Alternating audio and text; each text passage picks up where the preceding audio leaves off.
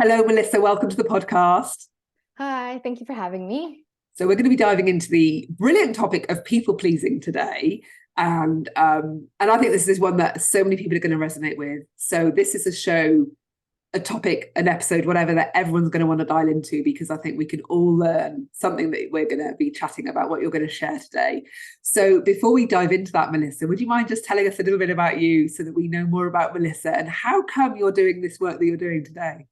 Yeah, for sure. So, I mean, of course, I went through my own people-pleasing journey, but the switch for me that made me want to get into coaching specifically was when I was working as a registered massage therapist. So, I was going along my own journey with people pleasing. And then while I was in school for massage therapy, we learned a lot about therapeutic relationships and not working, like trying to avoid transference. So that means setting healthy boundaries with our clients, even though we're working with them on an intimate level and we're taking on a lot of the problems, the body problems that they're struggling with. We had to learn to keep like a empathetic but professional distance. And I started using those tricks in my own life along with the other healing that I was doing.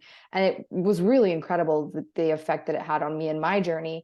But more than that, when I got into actually treating my patients, I noticed the physical symptoms. So I was seeing, the usual stuff you go to a massage therapist for: sore muscles, tenseness, shoulders up by your ears, trouble sleeping, stiffness.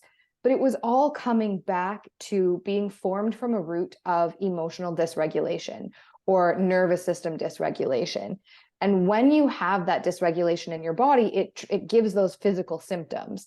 And so I got tired. I shouldn't say got tired. I still loved it, but I was only treating a symptom of the root cause. And here in Canada, you can't, as a massage therapist, there's no overlap with mental health. We're not able to work within mental health at all because it's just an entirely separate scope from the medical work that we do.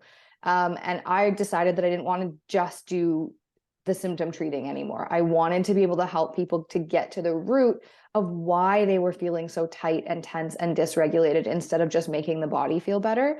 So that was the big kind of switch flip for me to realize that I wanted to get into coaching and do this work. I wanted to help people kind of get to the bottom of the mental roots rather than just popping a Band-Aid on the physical pain they were experiencing. Yeah. So when it comes to people pleasing, then what are some of let's start with some of the telltale signs. I think a lot of us can go, oh yeah, I people please. But let's, that feels like a very broad umbrella, and actually it can manifest and show up in lots of ways. And maybe there's somebody listening to this going, oh, I don't do that. No, I'm not people pleaser. I've just put that behind me. And maybe they haven't really. So let's kind of lift the skirt or lift the lid on 100%. People pleasing. So we can kind of like come up with maybe some telltale signs or obvious ways that maybe you might be people pleasing, and maybe some of the less obvious ways. So where do you want to start? So we'll start with the obvious ways. The big obvious ways are a lot of saying yes when you mean no, a sense of obligation that isn't really there. Like if somebody asks you to do something, you have this sense of obligation that you have to do it. And there's a big difference between something that you have to do and something that you're doing because you fear the results of not doing it. You have to go to certain events in life, you have to go to certain things, but you don't have to go to every like birthday lunch, every brunch, and every kid's birthday party. Like you don't have to be at those. So this sense of obligation that underlies all the choices that you're making, that's one of the most obvious signs of people pleasing. Some of the less obvious signs though are doing things out of a sense of transactionality. So when you're like, I did this, so this person should feel this way. Like I did this, so they shouldn't be angry anymore. Or I did this because, and then they shouldn't feel sad or upset, or they should be kinder to me or show up for me in this way. That sense of transactionality is also a people-pleasing mechanism because you're trying to mitigate the behavior of others, not necessarily from a way of being intentionally manipulative, but you're trying to use your actions to keep people either happy or happy with you. And then so you're not being authentic. You're shaping the way you're behaving for other people. Another one that people might not notice right away is actually reflecting your own people pleasing back. So a sense of guilt when you're asking to have your needs being met is a lot of times a reflection of your own lack of boundaries. You assume that other people have trouble saying no when they need to. And so you're afraid to ask for things because you assume that because you would have trouble saying no, they will also have trouble saying no. So even though you're not necessarily people pleasing when you ask, that sense of guilt or that fear of asking for things in and of itself comes from a people pleasing root. So those are a couple ones that maybe people, like you said, might be like, I don't people please, but I never ask to have my needs met, or I never ask for things. Well, that last one is so like, I would have been that person going, yeah, no, don't do people. I'm quite happy saying no. But that last one, that asking for stuff, definitely, I'm like, that totally resonated with me, this idea of, this sense of boundaries. So let's dive into boundaries a bit more, because boundaries is another topic that I think is a huge part of this, that maybe but people really struggle to kind of really fully understand what that means exactly, having these boundaries. Or what do poor boundaries look like in your view? What do they look like? Yeah, so poor boundaries, first of all, there's a couple of different types and levels of boundaries. Boundary setting is very much a spectrum, but to have poor boundaries, it does look like saying yes when you mean no. That's the obvious one that we think of, but it also means picking up emotional junk, head trash that isn't yours. Like, it means not having the ability to separate what isn't my favorite saying is not my circus, not my monkeys, but like not being able to separate what monkeys are yours and trying to pick up and solve everybody's problems. Poor boundaries can also look like just a lack of setting boundaries around physical things, like always lending your stuff out, lending money, like that's poor boundaries as well, especially if it's putting you at a detriment. If you're coming from a place of overflow, giving is a lot easier. But if you're coming from a place where all of your giving is at a detriment, all of that is poor boundaries, whether it's money, time, whether it's your emotional state. That's what poor boundaries looks like, is giving or showing up in a way that is detrimental to you, either in the sense of burnout or financially or what have you. So there's a personal cost going on in terms of, and so when people are finding it hard to say no, because it really, I don't know, if we could distill the idea of people pleasing, it is just learning the art of saying no. Is that simplifying it too much? Or how would you, if you had to distill the idea of recovering as a people pleaser? Very simplified, but it would work. I would say more than the act of saying no, I would say it's the act of choosing yourself. Because it's not always saying no, but it is learning to prioritize your needs. Even if, so you can still say yes, but as long as your needs are met. So it's not so much like saying no is important, but I would say more than that, the root is choosing you. And so choosing you, then when I've been working with people, they stumble on this point because then they think they're being selfish. Yes. And then for them, selfish is a bad thing. They don't see it that actually it's got good aspects, that it kind of like selfish has got a bit of a bad reputation because it kind of looks like the bad boy in the group. And really it's not, because selfishness kind of is very closely related to selflessness and being selfless, but also it touches on self-centered. It's kind of this like putting yourself first or putting yourself in the center, there's lots of nuances going on here, but actually being selfish has good and bad sides, just like being generous has good and bad sides, right? Exactly. So how do you, what advice, or how do you help people get over this kind of worry that they might have that by choosing self or putting themselves first, how do they like reconcile that with their maybe fear of not wanting to be selfish? Yeah, so kind of two ways. Usually in the very beginning when I'm working with people, I just straight up try and be like, just embrace it. Instead of flipping, sometimes it's very hard to take an opinion someone holds and be like, okay, now think the opposite. So like, you think selfish is bad, but really it's good. It can be hard to flip people 180. So usually I just start with being like, just embrace it. Like, yep, I'm being selfish today. Take that on. Sometimes that makes it a little bit softer in their minds and their brains to make these decisions. But a lot of times it's easier to compare it to the way they would treat other people. So like you wouldn't generally tell somebody else like, you didn't work enough today, so you don't deserve to rest.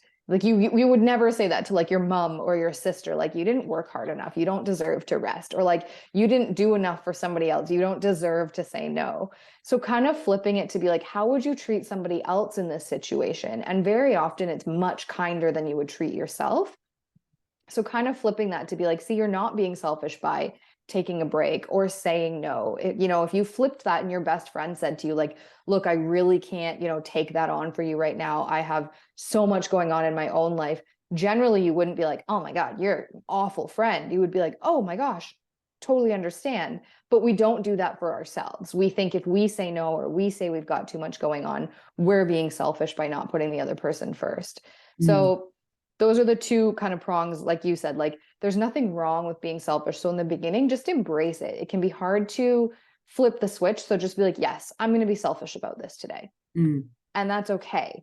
Because like you said, there's no inherent badness. I don't believe in good and bad emotions or good and bad. Like they're all a spectrum, and everything has to occur in moderation. So selfishness is the same, but for people to kind of understand that it isn't a bad thing or that they're not doing something wrong, often looking at it through the lens of how they would see it with somebody else kind of flips that switch for them. Because very rarely would a people pleaser say to other people the things they say to themselves when they're forcing them to pour from an empty cup. Yeah. And so if you were to kind of take that a little bit deeper, you think about, well, I want to rest because I've worked too hard. And then a kind of natural next possible thing in the head is, well, I don't deserve it. I don't deserve. And so then there's this sense of being deserving, or am I worth? So we hit a new level of fun in terms of healing, don't we, when we get to those places, because that's a bigger beast to kind of get past. Absolutely. And people pleasing that's exactly it. People pleasing is a bigger beast. And a lot of people, like I love the layers that we're going through in this way. So you start with people think, oh, I'm a people pleaser, I just need to learn to say no. And really, you need to pull it apart, because at the root of people pleasing, it's usually, I need to decide that I'm worthy. I need to decide that all the parts of me are inherently worth loving. I need to decide that I am a person who values XYZ, kindness and honesty and whatever your personal values are, and that I get to bring those values forward. And it's safe to bring those values forward. So now, like you said, we're looking at roots of safety, belonging, beating those fears. And so like you said, it's a whole different beast when you get to the root. Boundaries are the part that everybody gets excited about because they feel like they're the magic solution, but the magic solution is the inner work. Oh, for sure, for sure. So going deeper then in terms of this, I feel like there's probably some traumas lurking beneath the surface with the people pleaser.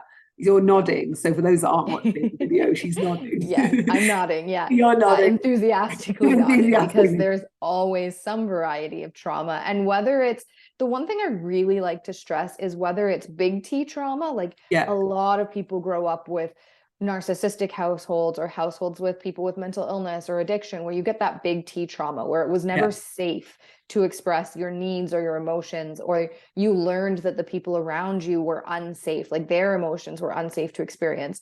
So that can definitely be a root.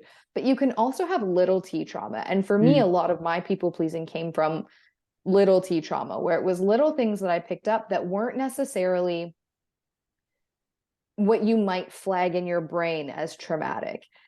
For me, I was like, I had a good childhood. I had loving parents. They were stable. Like I had a lot of really healthy things going on, but I still picked up these people pleasing patterns because that was how, like, my mom was a people pleaser. My mom she showed her love by sacrificing. My mom went all in. My mom never said no. My mom did everything she could to take away my pain and my struggle. And I learned that was how you love.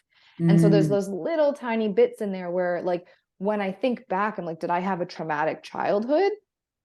My brain is like, no, I had a great childhood, but there was still these little pieces that I picked up. Another thing with people pleasing can be if you were always praised as a child for how independent you were, how much, like, how together, one of those kids, I'm sure lots of your listeners can relate. You're like, oh, you're an old soul, or you're so, like, that kind of thing. Like, you're so independent, and they were praised for that. You can take that on board and be like, oh, independence, good. Asking for help, bad. Doing it on my own, good. Needing support, bad. Like those are the little moments that you can pick up. So 100%, there's almost always trauma at the roots. Yeah.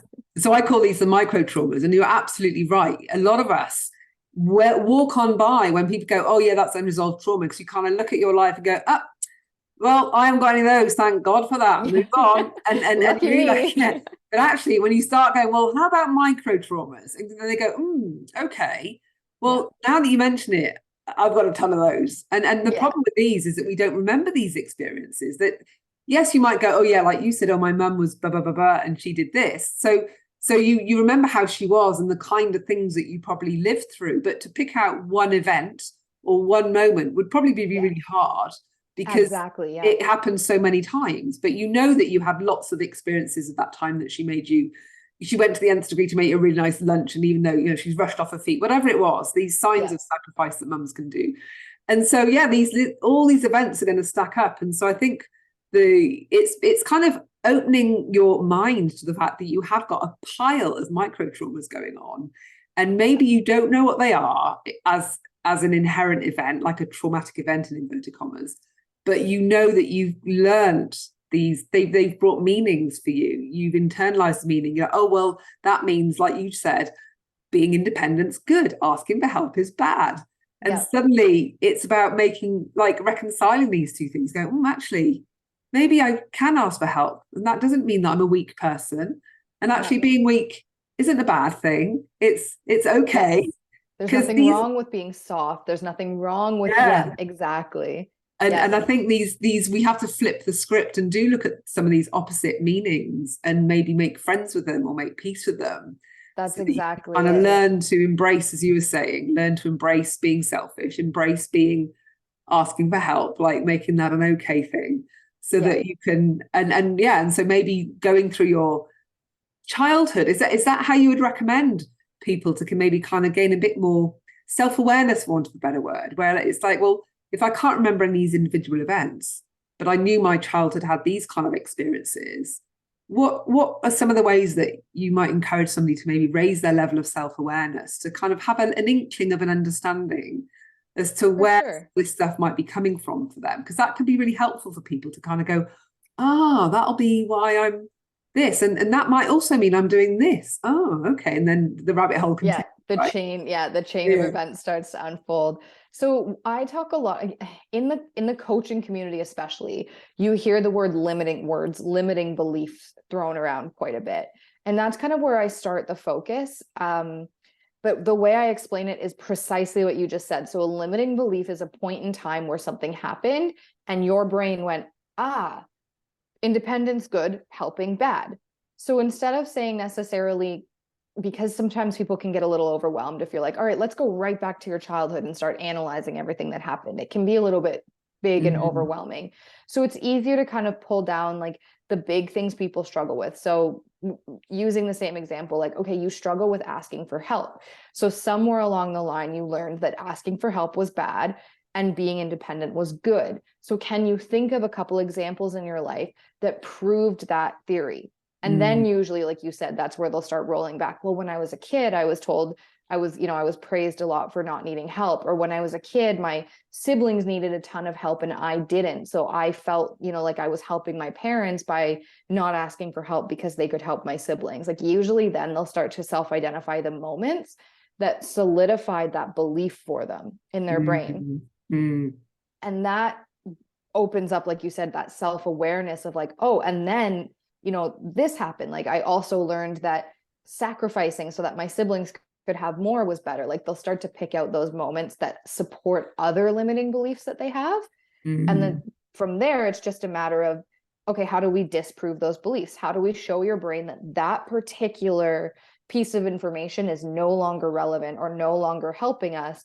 And we bring on board that new piece of information, which, like you said, is it's not weak to ask for help. And in fact, weakness in and of itself isn't bad. Softness isn't bad. And it allows you to kind of pick that apart. Like, okay, so now we think this is weak and weak is bad. So where did we learn our idea of weakness? And then you start to fall deeper and deeper, usually into your childhood. It feels like this could be one of those things where you just pull at a thread going, oh, I just need to say no more. and then say like, oh, hang on, where is this leading? And what is all of this? yeah. I often use the metaphor of a magician pulling out those coloured handkerchiefs. You're like, oh, look, and then it's like, oh, hang on a minute, it just keeps on coming. We're never getting to the end of this one.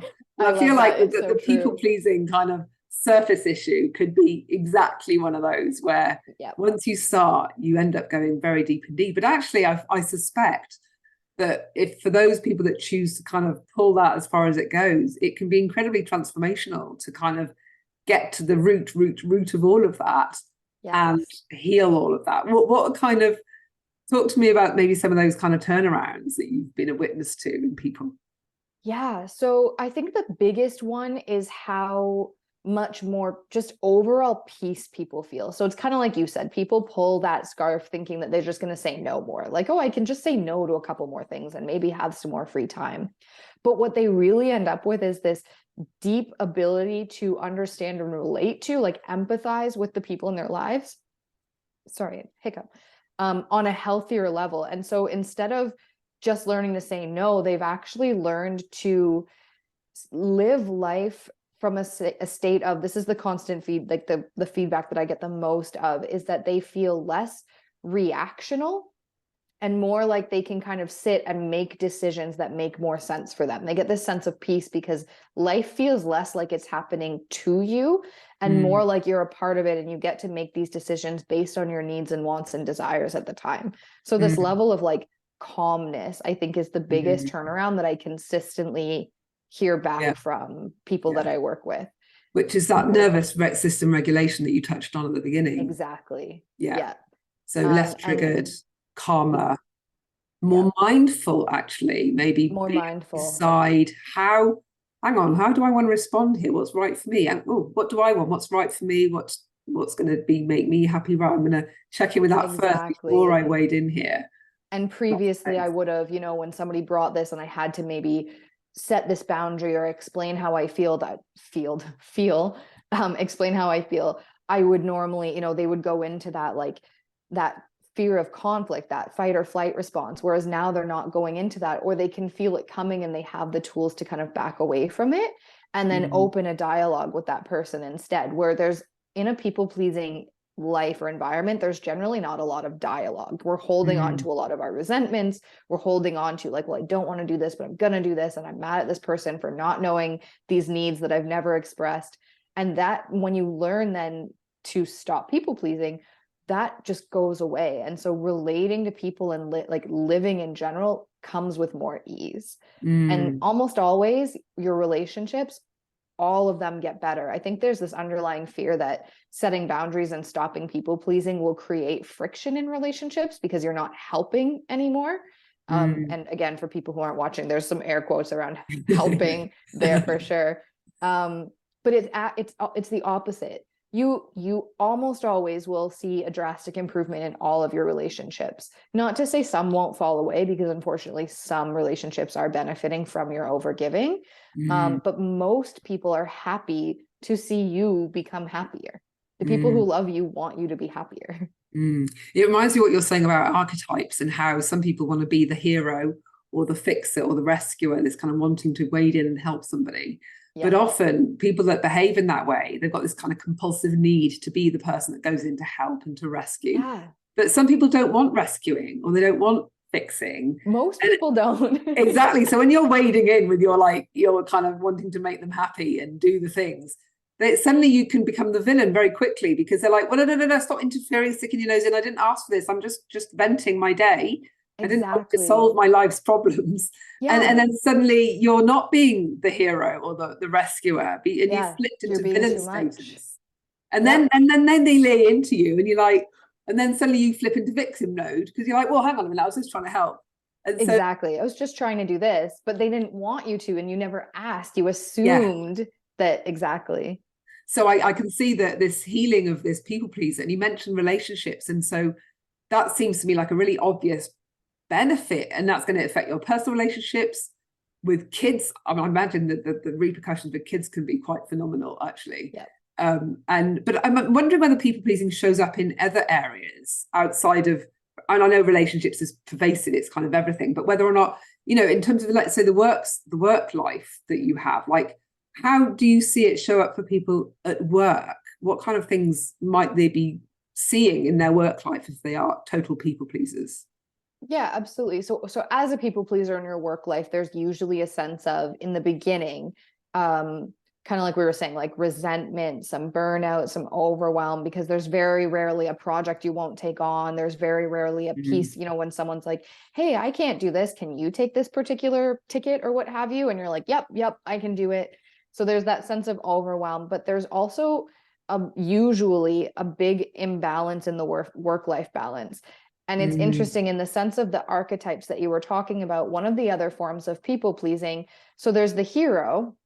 There's people who want to be the hero, the fixer, the strong one, but there's also people who pour their people pleasing into being the successful one, the CEO, the ladder climber. That's also a Okay. form of people pleasing, and it becomes your identity. So Oh, then anything that seems less successful, like it might hurt your job chances, like it might be unproductive, like saying no, not staying late, not, like leaving on time, all of those things start to show up, and they might only affect you if you have, like you said, kids and a partner and things. It affects them to an extent, but you could be a single person. So these aren't necessarily affecting relationships, but they're affecting your own balance. This never leaving work on time, never saying no, answering your work emails, even at 11 p.m. Like that sense of lack of boundaries, because your identity hinges on being productive or successful. And so that's a way in which work, it can show up. And then, so the flip side of that, which I think is what you were asking with the question here, is like when you are starting to manage your people pleasing, then you start to be able to create this work-life balance. And so work starts to feel, hopefully you're in a field that you enjoy. Work starts to feel good again. You get to show up and do the things that are your job. You get to delegate the things that aren't. You get to leave work on time so that when you go back to work, you didn't just leave there 3 hours ago. It starts to like you feel more refreshed and rejuvenated and actually excited to get back into the things that you were doing. So I that's think kind of the having had some of the work experiences that I've had, where there've been bosses and managers that have just expected this kind of late night working, and for you to kind of to say, no, actually, you've given me too much. Like, this is too much for me to get done in a week. You need to kind of, I'm pushing some of this back up the chain because you're not managing. You might not say it in this way, but actually, what you're trying to say is you're clearly not managing your workload if you're passing it all down to me. And that doesn't make you a great manager. So obviously find nice ways of saying this, people, not saying that. But I'm what I would have, well, my experience was there'd definitely be a little bit of friction.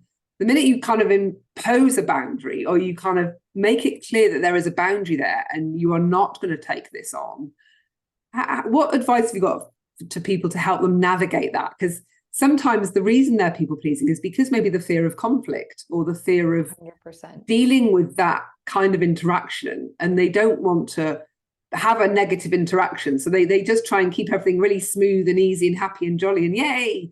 And so the minute I'm going to say no, there's going to be this, what do you mean no? And, so and how it sets off alarm bells. Yeah. So how can people, maybe, because this transition phase, I would imagine for many could be quite tricky as they start to assert themselves and maybe put these boundaries in. And so how can people better manage that so it doesn't feel as scary for them?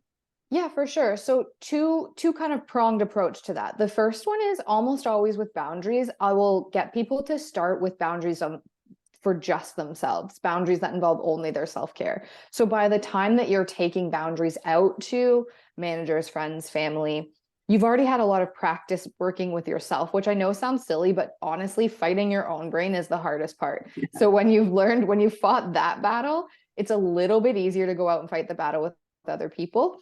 And then having that really strong root of what matters to you and why you're setting a boundary. Because then even when you do have, like you said, that maybe a little bit of friction or conflict with other people, you have this root of why you're doing it. And it's a lot easier to hold your boundaries and hold your convictions when you have a really strong sense of why, as opposed to just setting a boundary. You need to set it, but you haven't really dug into the why. When people start to challenge it, you're like, oh, wait, do I really need that? Or did I really need to? Maybe I can just stay, okay, only a half an hour later instead of an hour. Like that's where you find yourself compromising, but really just rolling your boundaries back to people please again.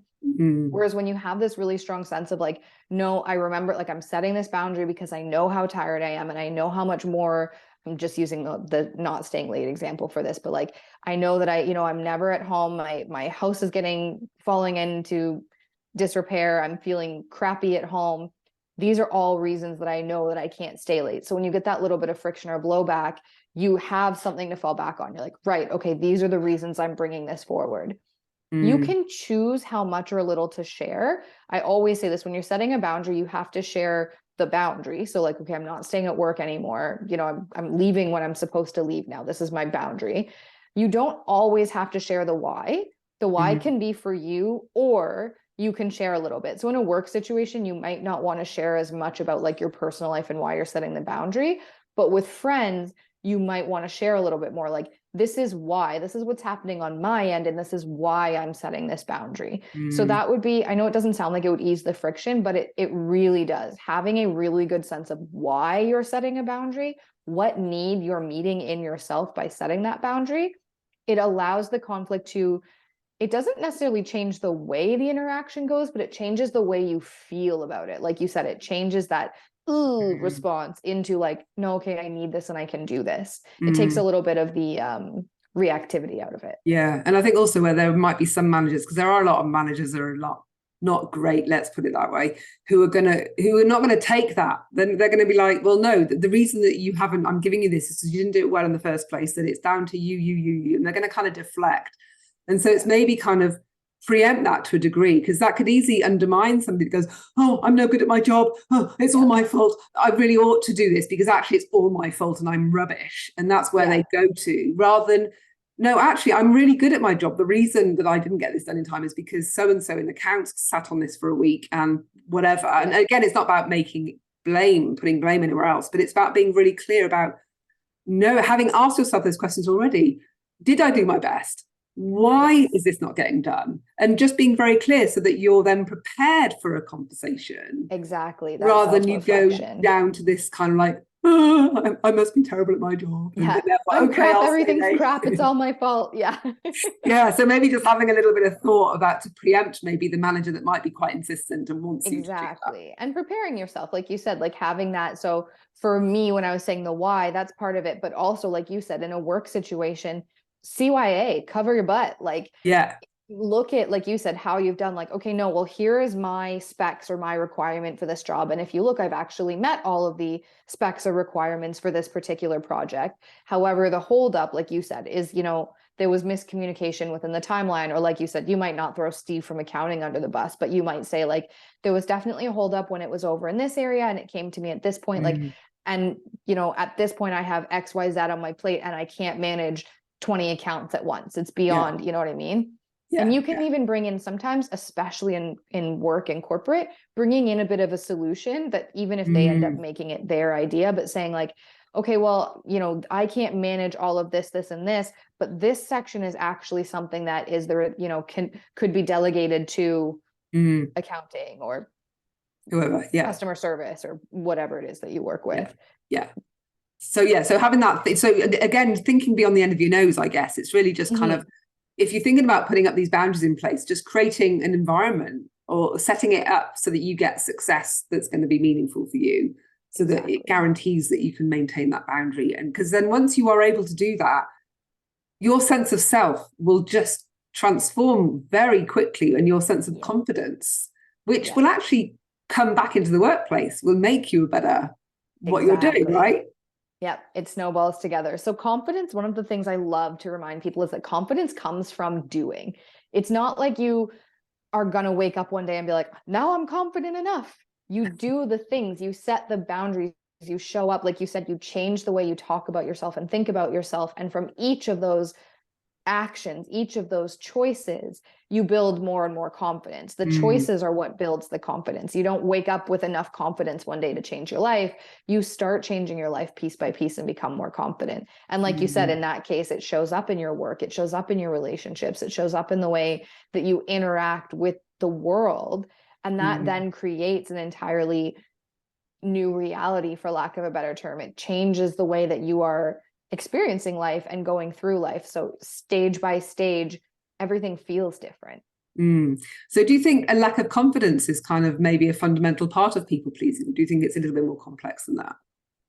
No, I think it is. And I think it goes back to kind of like you said, those deep roots before. That lack of confidence comes from a lack of identity outside of whatever archetype that you've chosen. Usually we didn't actively choose it. It's something that we formed much earlier. But that lack of confidence, like if you are only the CEO or the successful one or the strong one or the helper, and you don't have an identity outside of that, it's very difficult to be confident because your confidence depends entirely on how much you can do for the external world, for others or your job or what have you. So naturally, there's not a lot of confidence there because there's not a lot going on. You don't know a lot about who you are or what matters to you. And it's very hard to be confident in yourself as a person when you don't have really a very good idea of who you are. And so, yeah, I would absolutely say that was a long answer. The short answer is, yeah, I would say confidence has a lot to do with it because it's really hard to be confident when you're a chameleon instead of when you're yourself. Yeah. So getting to know yourself better, really tuning into and I guess also, getting to know yourself is really about getting clear on what your values are, what's important to you. Because how can you put a boundary up on the value line if you don't know what your values are? Like, it feels like a very important stage before you can really knock the people pleaser out the park. Is knowing you and being authentic and having clear values. Exactly. So it is the stage. I call it the foundation. And anybody who, a lot of your listeners probably haven't necessarily know a lot about the way I teach, but if you watch my social media, I say it a lot. Setting boundaries and the spectrum of boundary setting, I like to liken it to building a house. So the boundaries are the fence. They control what you will and won't allow in. But if there's nothing going on in there, if you don't have the house built or if the foundation is shaky, everything can crumble really easily. The foundation of the house, of the big important structure that you're taking care of, is your sense of self. And so to work before you can do anything else, the saying no, the boundary setting, all of that, you have to build that foundation. You have to have a really strong sense of, exactly like you said, what you value, who you are, what you stand for, and what life you actually want. Not the life that you think you need, the strong one, the helper, the successful one, but what you actually want. Then the boundary setting comes into place because, like you said, how can you set a boundary around what you need or want if you don't know what that is? Yeah. And do you come across any resistance? I mean, I imagine the answer is yes, but like people are like, well, yeah, I want to get rid of this people pleaser thing. But they're equally, in the one hand, they kind of want to go towards that, but they're also foot on the brakes and they're massively resisting doing whatever it is that's going to get them over the fence to be on the side of people pleaser land. What does that look like? Yeah, so that looks exactly like you said. That looks like generally, especially in the beginning, people come in and they're like, I just want boundaries. I don't need any of the other stuff. I'm good. I just want boundaries. And then my people pleasing will be done. And it's like, it's not really how it works. So then when you start digging into those limiting beliefs, those archetypes, those identities, that's where usually people start to hit the brakes. They start to pump the brakes there. And it's because your nervous system, at a base level, your nervous system's job is to keep you alive. And if you are alive, it's doing a good job. So these patterns and these limiting beliefs have kept you alive so far. Your nervous system has no desire to change them. Yeah. So when you start pulling at them, like you said, that's when these red alerts, these red flags, and they're like, no, I don't want to change that. I don't need to change that. I just need this boundary or these specific words to say, and then I'm good. So again, we go back into the nervous system regulation. You go back into forming identities outside of the identities that you've stuck in. Because almost everyone has a point where their unconscious mind will start hitting the brakes on the change they're trying to create from people pleasing, because it's worked, quote unquote, until now. Yeah. And I think also fear of change, which a lot of people fear change.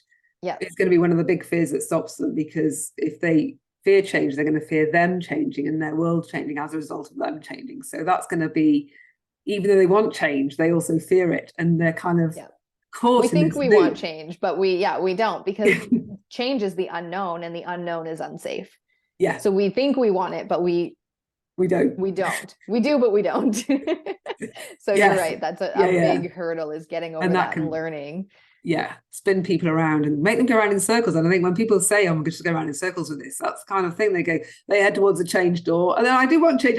Oh, no, actually, that's scary. I'm going to run over here. Keep things the same because that's safe. And then that's the kind of the treadmill that people can get stuck on. So how can they kind of jump over the fear that's the change one? What's working? What do you think works best for that? So small changes first, especially like, again, a lot of people want to jump in and be like, oh, I'll just learn boundaries and then I'll be able to set boundaries with everyone in my life. And it's like, okay, well, if you have never set a boundary before, jumping in and setting a boundary with your like really mean corporate manager is probably not the first boundary to start with. Yeah. Start with setting a boundary with yourself, small changes. And then kind of like we were talking about earlier. So finding the moments, finding the things in your life that disprove those limiting beliefs. So finding when you're like, I want change, finding the places where you want the change, and then finding the places where you've been actively working against the change, and then building evidence towards the growth that you want to show your mind and body that that change is safe. Yeah. Yeah. So just finding where in your life, like, okay, I've been self-sabotaging here, but in this area, I said no, and I didn't turn to dust and blow away. Look, it's safe. Yeah, and when you find each of those pieces, it's easier. And also just maybe imagine that you just had a really bad haircut, and actually what you want more than anything is change and growth so that it grows out and you can now start looking different again. Exactly. And recognizing there are some aspects of your life that you seek out change, you actively want it. So making peace with some of those things and going, oh, actually, I do like change. Yeah, that change was good change. Exactly. It's like putting a new storage, like putting a new file in for your brain to find, like, okay, my brain says change is bad, but that change was good, and that little change was good, and that little change was good. And slowly your brain stops going change bad and goes, well, all those times were good, so change can be good. Yeah. So then you can start seek it out more actively and proactively. Exactly. In terms of the people pleaser conversation, is there any aspect that I haven't asked you about that maybe I should have done that you think, hang on, she's still not asked me about blah, blah, blah? Is there anything else that people need to know about people pleasing that maybe we haven't covered? I think those are the biggest ones. Like the most important thing is understanding like that there's a root to it. It's more, it's so much more than just saying no and setting boundaries. It's really a journey of self-discovery and coming into who you are. It's a journey of authenticity more than it's a journey of saying no. So that's really, really important. And the other one, we've brought it up a few times, but again, just learning that a big part of getting away from people pleasing is learning your body on an anatomical level, on a science level of that nervous system regulation, understanding why certain events make you feel really panicky and how to get around that. Because our nervous system originally saw a threat, and that threat was a tiger in the woods or a bear or whatever. Like we were living in situations where we ran into those, and we don't have that anymore, but our reactions have stayed the same. So understanding why we experience the panic that we do, and how we're relating conflict or rejection or whatever we're responding the same as we would to a bear in the woods, and being like, oh, that's why it feels so scary. It's not because and again, we know there's good and bad to both, but like, it's not because I'm weak. It's not because I'm incapable. It's not because I'm this is my body reacting in the way that it's supposed to. And if I can learn to work with that and regulate it, it will take the physical reaction out of the work that we're doing. So working with your body is really, really important, which also means taking care of your body is important.